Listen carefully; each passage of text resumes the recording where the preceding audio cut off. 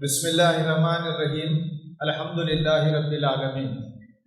محترم منظور احمد صاحب، chairman فیمی، general secretary فیمی جناب مجتبیٰ فاروق صاحب، دیگر حاضرین جو فی الوقت حال میں موجود ہیں اور باہر ہیں وہ بھی جلد حاضر ہو جائیں۔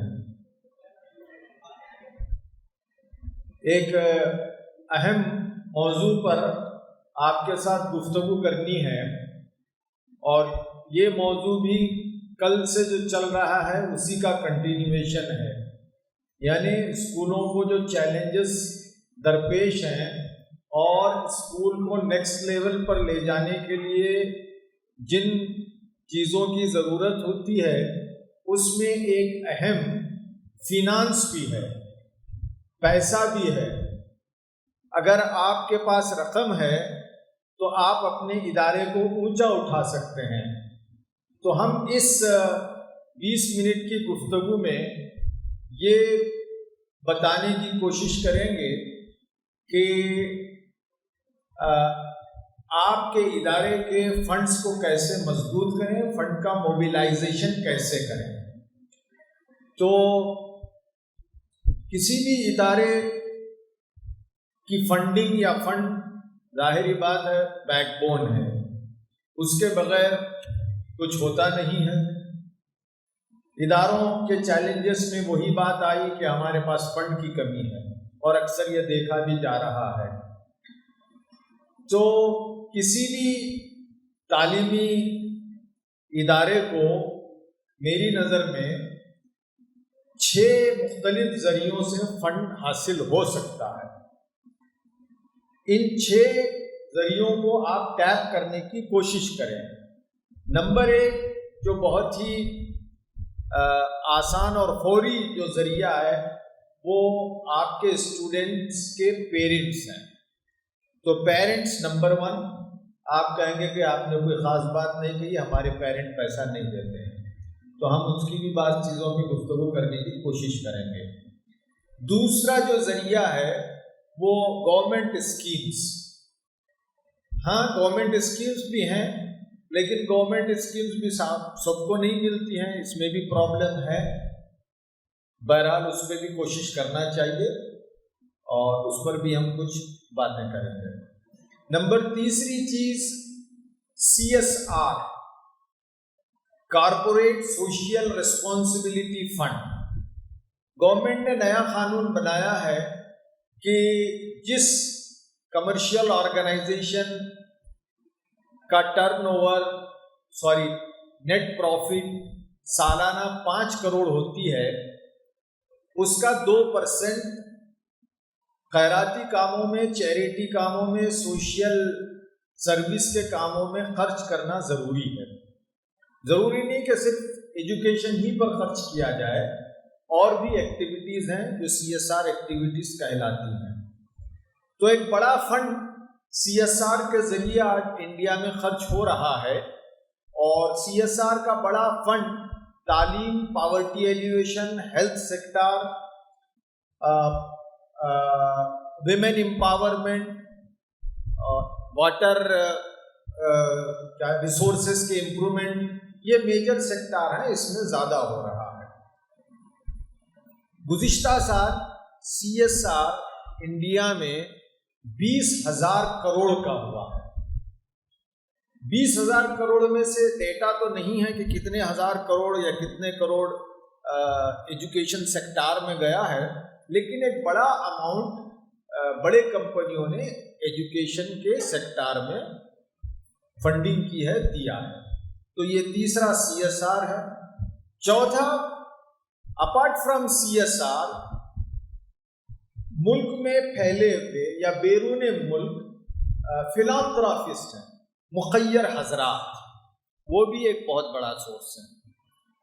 اور 5واں سورس وہ ہیں FCR، فورن۔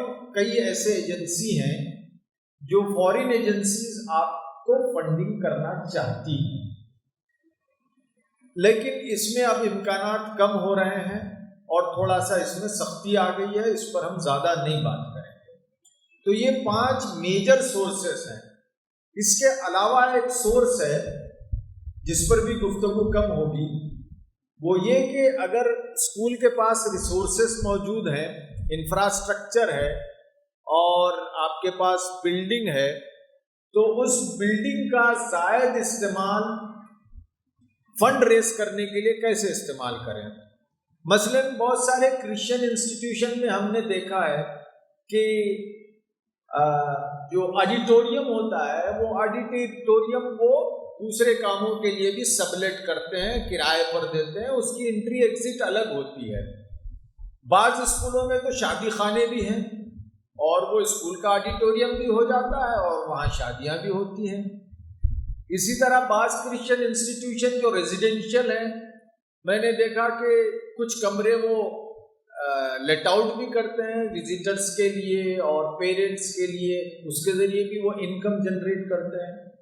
کچھ ایوننگ کورسز کرواتے ہیں، کوچنگ سینٹرز چلواتے ہیں. ابھی ایک انسٹیٹیوشن گیا تھا، وہاں دیکھا میں نے، یہ تھوڑا سا بڑے شہروں میں پاسبل ہے کہ انہوں نے ملٹی فلور پلےئنگ گراؤنڈز بنا دیا ہے. یعنی 3 منزلہ پلے گراؤنڈ ہے. ایک منزل پہ کرکٹ کھیل رہے ہیں بچے، دوسرے منزل پر فٹ بال کھیل رہے ہیں، تیسری منزل پر شٹل کاک، اور یہ سارا کمرشل ہو رہا ہے معاملہ.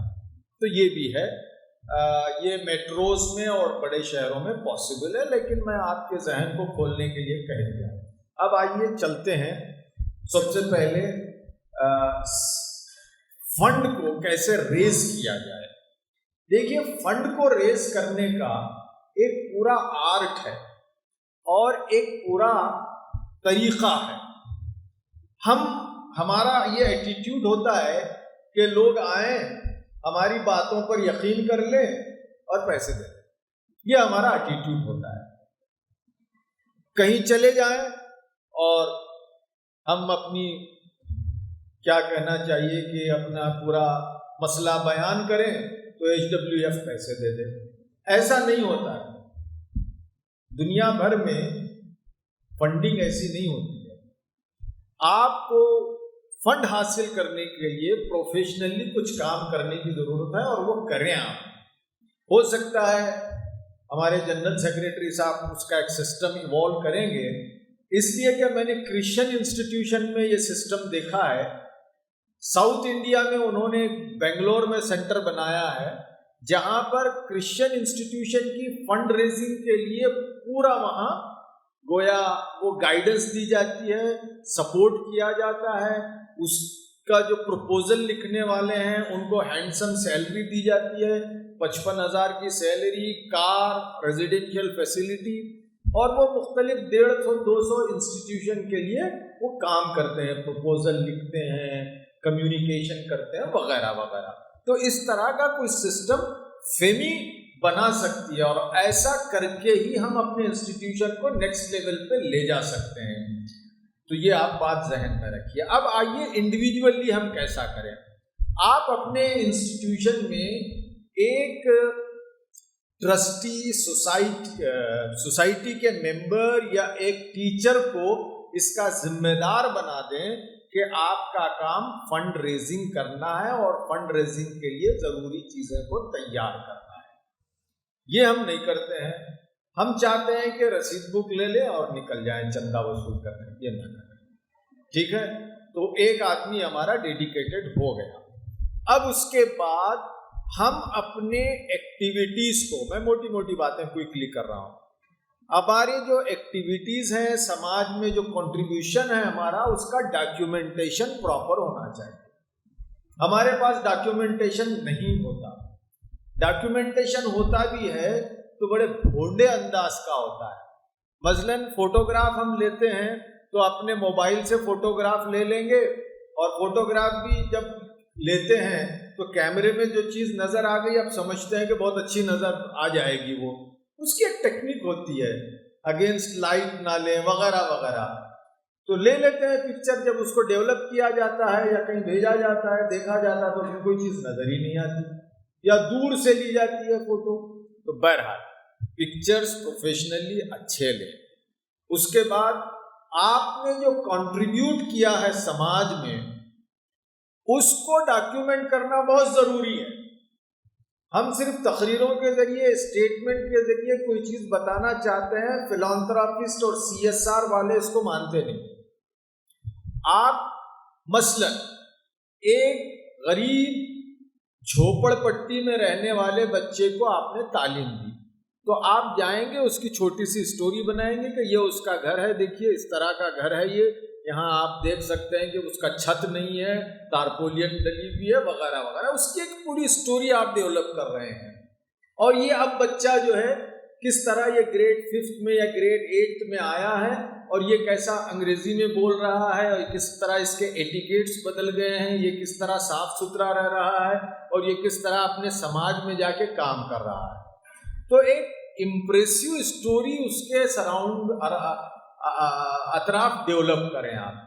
تو یہ جو چیزیں ہیں ڈاکیومنٹ کریں اور اسٹوریز ڈیولپ کریں, اور یہ اسٹوریز آپ سوشل میڈیا کے ذریعے فلانتھراپسٹ, CSR, بعض سلیکٹڈ پیرنٹس ان کو بھیجتے رہیں.